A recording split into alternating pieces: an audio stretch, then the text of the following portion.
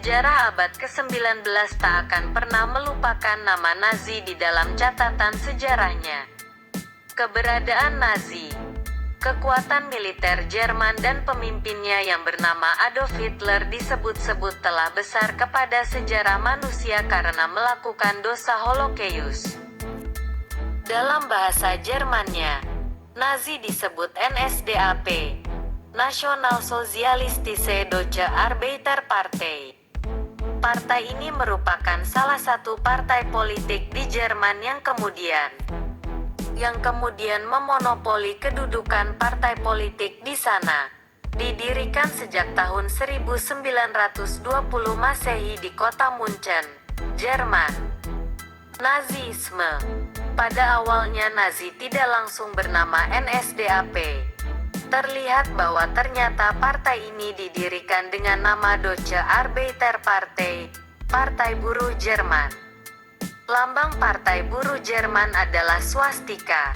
Adolf Hitler lah yang mendesak para petinggi partai agar menyuntikkan unsur nasionalisme, sosialisme ke dalam partai. Kemudian digantilah namanya menjadi NSDAP.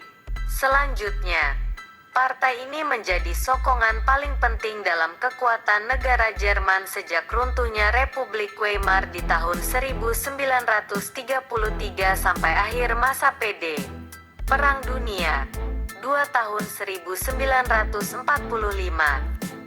Nazi di Jerman kemudian menjelma menjadi sebuah paham yang disebut Nazisme. Semua ini berawal dari para petinggi partai Nazi ditangkap dan dihukum atas tuduhan kejahatan terhadap kemanusiaan di pengadilan Nuremberg. Anggota partai Nazi tidak lantas membubarkan diri karena kehilangan pemimpinnya. Justei membuat paham politik baru di Jerman. Dan paham itu adalah Nazisme. Tentara Jerman yang terlibat Perang Dunia I pada tanggal 11 November tahun 1918 terkejut karena perang selesai. Petugas di garda depan tidak pernah merasa ditaklukkan musuh. Karena senjata sudah terjadi, mau tidak mau Jerman harus menyerah. Sejarah mencatatnya sebagai kekalahan pasukan Jerman pada Perang Dunia II karena mereka masih berada di wilayah musuh saat berlangsung. Sementara itu, pihak yang terlupakan melakukan pengkhianatan adalah kelompok penganut Marxisme serta Yahudi. Kedua kelompok yang selalu memicu perbedaan pendapat di Jerman. Beberapa sisa pasukan perang kemudian pulang ke Jerman dengan selamat. Namun ada kekecewaan mendalam di hati mereka. Setelah kekalahan pahit itu, negara sekutu tetap melakukan blokade kepada Jerman. Tentu saja bekas tentara Jerman yang masih dalam perjalanan kaget karena disuguhi penderitaan. Ada jutaan warga Jerman yang berada di ujung kematian disebabkan wabah TBC dan influenza. Beberapa keluarga tentara Jerman juga ikut disiksa di sekitar kota Munchen, ibu kota Bayer. Waktu itu, kubu politik di Jerman dikuasai oleh pihak sosialis serta lawannya, pihak-pihak animasi. Kedua kelompok ini sama-sama tumbuh menjadi radikal karena kondisi Jerman tertekan. Yang semakin memperkeruh suasana adalah adanya gerakan Republik Soviet Munchen yang berusaha membuat model pemerintah Soviet. Pelopornya adalah kelompok kiri, Rat Republik di Munich. Memang waktu itu Soviet menjadi negara besar musuh utama Amerika Serikat. Belum ada tanda-tanda sejarah runtuhnya Uni Soviet yang terlihat.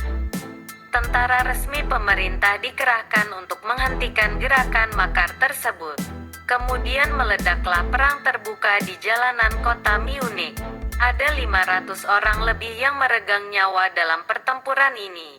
Pihak tentara pemerintah mendapat dukungan dari Freikorps, pasukan bayaran yang mendanai pemerintah dan orang-orang sayap kanan. Freikorps melakukan percobaan dengan serius. Mereka membunuh orang yang terlihat seperti anggota Rat Republik. Walaupun terlihat kejam, Namun Freikorps berhasil menghajar usaha kudeta ini dan seluruh usahanya. Dari sinilah kemudian muncul paham antisemit di kalangan orang kanan. Baca juga Sejarah Keruntuhan Tembok Berlin, Sejarah Tembok Besar China. Pada awalnya paham antisemit masih muncul dalam bentuk persangkaan. Namun kenyataan memberitahu bahwa para pemimpin Rate Republik adalah orang Yahudi. Hal ini membuat kesan para komunis atau Bolshevisme dan Yudaisme memiliki dasar yang sama. Akhirnya berkembanglah golongan anti. Setelah pemberontakan berakhir dan kemunculan antisemit, Freikorps semakin senang dengan banyak orang di Munchen. Warga menyalahkan Yahudi sebagai dalang semua wabah penyakit yang terjadi di negara Jerman. Pemerintah pun tanggungan dengan golongan ini. Bahkan Kapten Ernst Röhm sebagai komandan tertinggi SA atau pasukan badai juga berada di golongan tersebut. Mereka lebih menyukai sesuatu yang bersifat pemaksaan dan memicu jaringan agar ada penghargaan pada sesama. Hubungannya dengan Adolf Hitler. Sejak awal sudah disebutkan bahwa sejarah Nazi tidak dapat lepas dari Hitler. Nazi yang merupakan partai sayap kanan pada suatu waktu akan menemani Hitler memperbesar kekuatan militer Jerman dan menakut-nakuti dunia dengan otoritasnya pada era Perang Dunia II.